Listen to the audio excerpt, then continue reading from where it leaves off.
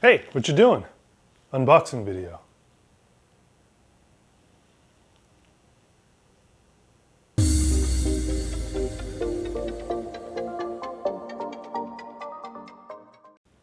Welcome back, ladies and gentlemen. Mostly gentlemen.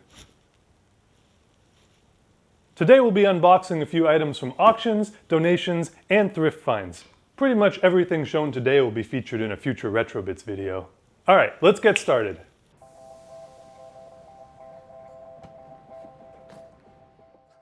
First up is an item from eBay. Since the COVID lockdowns, I've been spending altogether too much time trawling auction sites looking for good deals. Often, I'll throw in a low opening bid on something, and occasionally it'll go uncontested. It's not a surefire strategy, but once in a while you can win something for a lot less than they normally go for.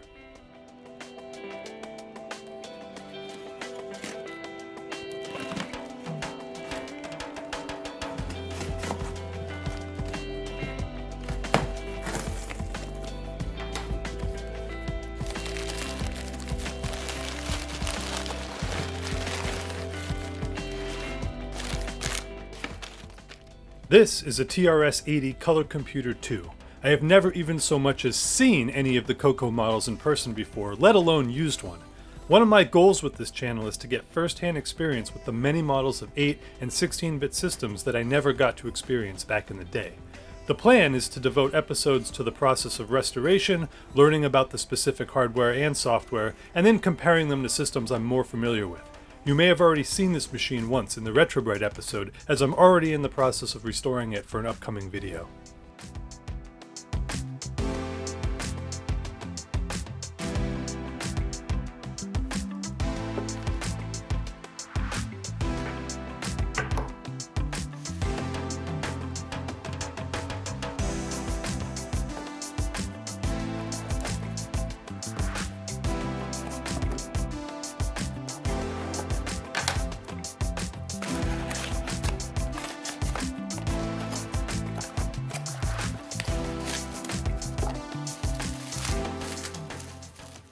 Since the Coco 2 didn't come with any software of any kind, I'll need something to test it with. I found this open source PCB called Coco eprom pack and ordered a set from a popular Chinese manufacturer for $5 plus economy shipping. Each board can store up to 4 cartridge images, so it's an easy way to get something up and running to start with.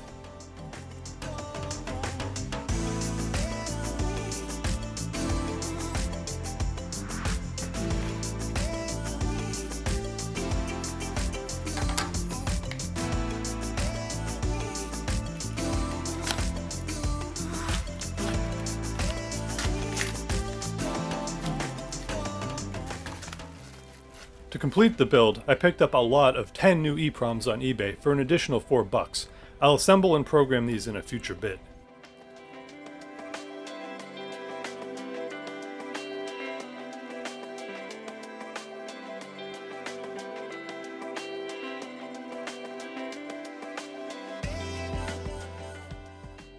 There's a thrift store that's not even 10 minutes from home, and I like to stop by occasionally when I'm out for a walk. They don't have much in the way of vintage electronics, but sometimes you find something neat. This was stuck on a shelf and was priced at just $1. When I went to check out, they told me everything in the store was 20% off, so I took it home for just 80 cents.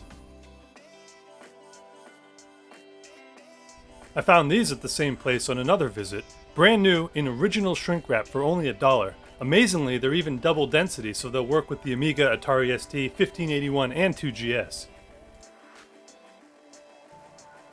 This next item was donated to the channel by Brian.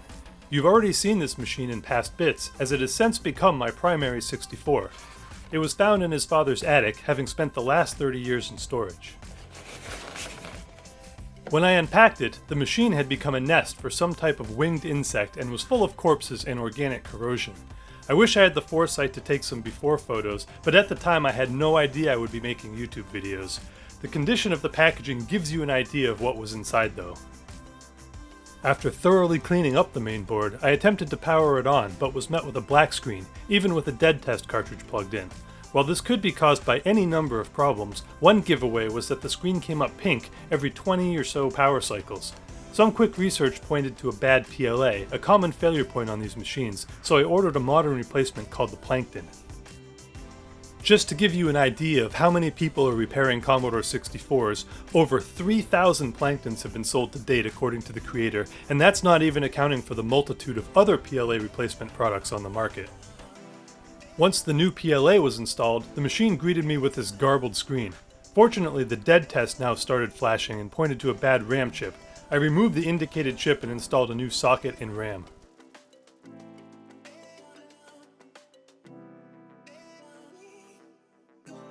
That done, the machine now booted up to a mostly operational state. Another quick visit to one of the many helpful troubleshooting sites on the web and I had my answer. Removing one of the CIA chips caused the problem to disappear, so I ordered a new replacement for the bad chip in socket U2, and I've had a perfectly working machine ever since.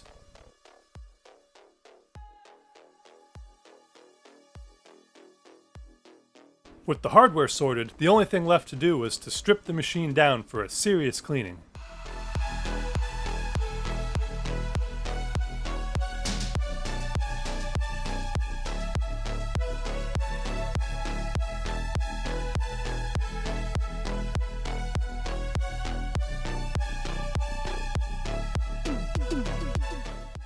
One thing I would like to mention is that the process of repairing this 64 was really the catalyst that rekindled my desire to start collecting and repairing retro systems in the first place.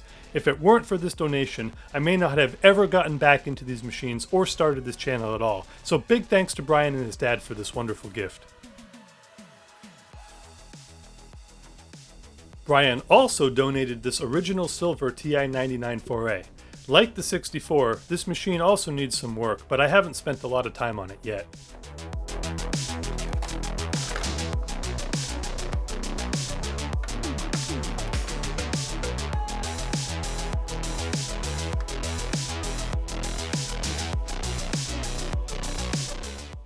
It gets through the startup sequence fine, but after that the selection screen is a garbled mess, and then things get even weirder. I tried swapping the video display chip with a known good part, but that didn't fix the problem, so further diagnosis is going to be required.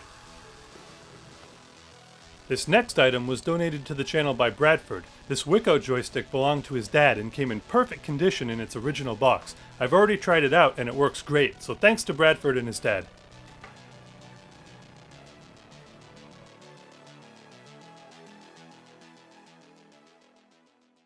They're as tough as the joysticks at the arcade. He's wacko over Wicco. Wiko, the only authentic arcade joysticks. The most durable, the most accurate, the fastest controls money can buy. I've been practicing. Yeah. She's wacko over Wicco.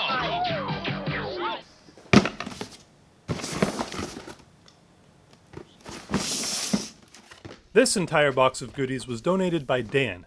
First up is a 1530 dataset. True story, I've never owned or used a cassette player with any Commodore ever. Our family had a tape recorder with the TI-99, but by the time I got my first Commodore, a 64C, the 1541 was pretty much ubiquitous. Also true, I've never owned a Commodore game on cartridge. This is a day of firsts.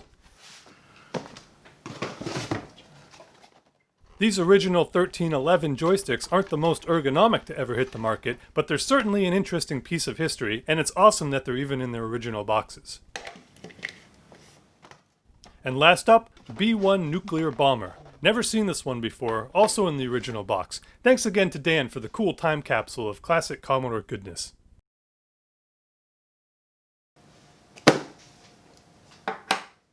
Okay, this next item isn't very exciting. If you've ever owned a Commodore 1084 or Philips monitor, you're probably aware that the power switches inevitably fail.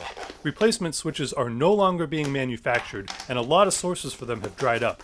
I found a link to this replacement switch at an Australian supplier and ordered up a couple to keep on hand, as I have 3 of these monitors that will someday need this part, and by then they may be gone entirely.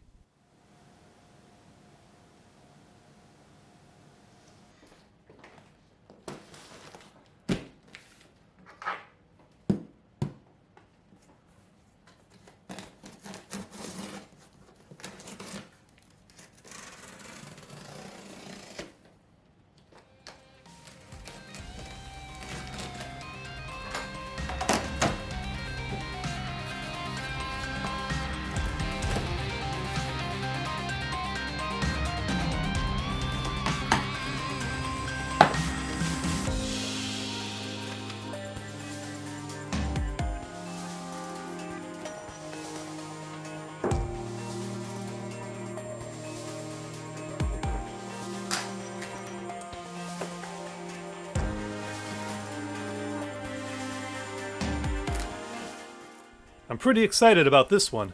I have never owned or used any of the Atari 8-bit home computers, but I've wanted to get my hands on one for some time now. This was an eBay auction that I tossed a lowball bid out and was surprised to have won at well below the going rate. It appears to have come from an estate sale and seems to be in excellent physical condition. Better yet, the middleman who auctioned it packed it meticulously, as you can see. I only wish the guy I bought my last CRT from was this careful, since it arrived all smashed up.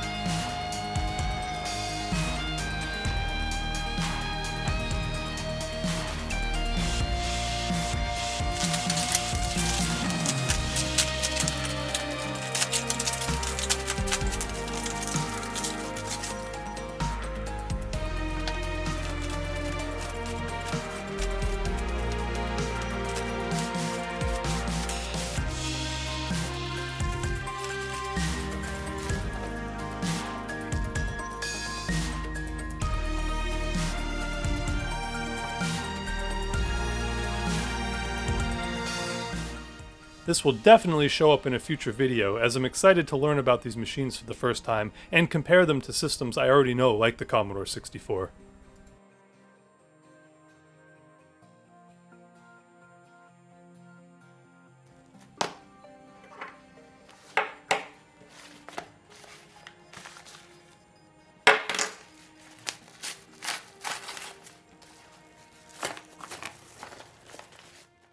This next item is going to feature in the very next video already in production.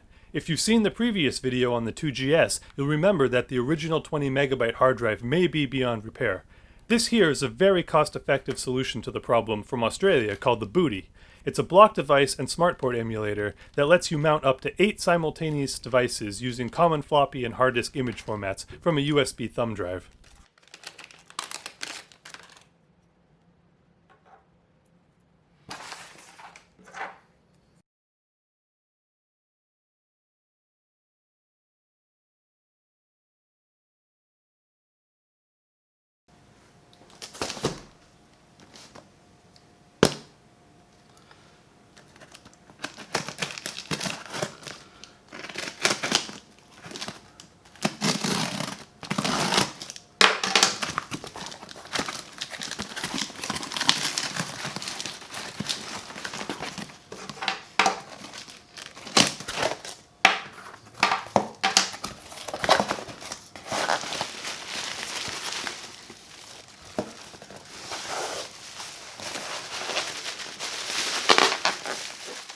Now this is one I couldn't pass up on. I spotted this for sale on Amibay for just 50 British pounds. It's a European market Sega Mega Drive, known as the Genesis in North America. It's already been modified with a region select chip and jailbar fix, and even came with a SCART cable for use with an RGB monitor. I had a Genesis as a kid that I picked up from a local BBS friend before I sold it back to him 6 months later, but I have fond memories of Sonic, Toe Jam and Earl, and a bunch of other games, so I couldn't pass this up.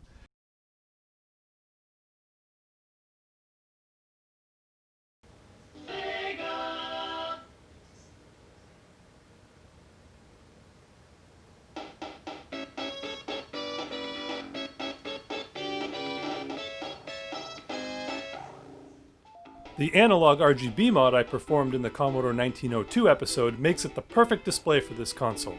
Back in the day, I had no idea that these systems could do more than just composite video, and the difference is just astounding. The camera simply cannot do justice to how crisp 240p video looks on a CRT with an RGB connection. It really is a shame that there was never a standard RGB implementation for consumer displays here in North America, similar to what was available in the European market with SCART. Because each manufacturer used a proprietary monitor and cabling, you have to jump through wiring, sync, and level conversion hoops here to connect equipment from disparate models. The difference in visual clarity over composite is stunning, so in my book it's totally worth the effort. This is something that I picked up for the Mega Drive on AliExpress. You can find this type of thing all day long on Amazon and eBay, but they're marked up at twice the price by the middlemen.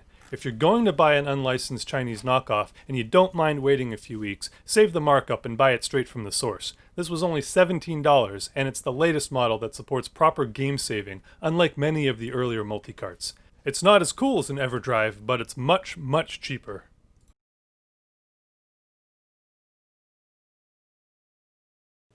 Okay, that's it for the first RetroBits unboxing. You'll see most of this stuff again in future videos, but if there's something in particular you want to see, please let me know in the comments. I hope you enjoyed this bit, thank you so much for watching, and we'll see you next time on RetroBits.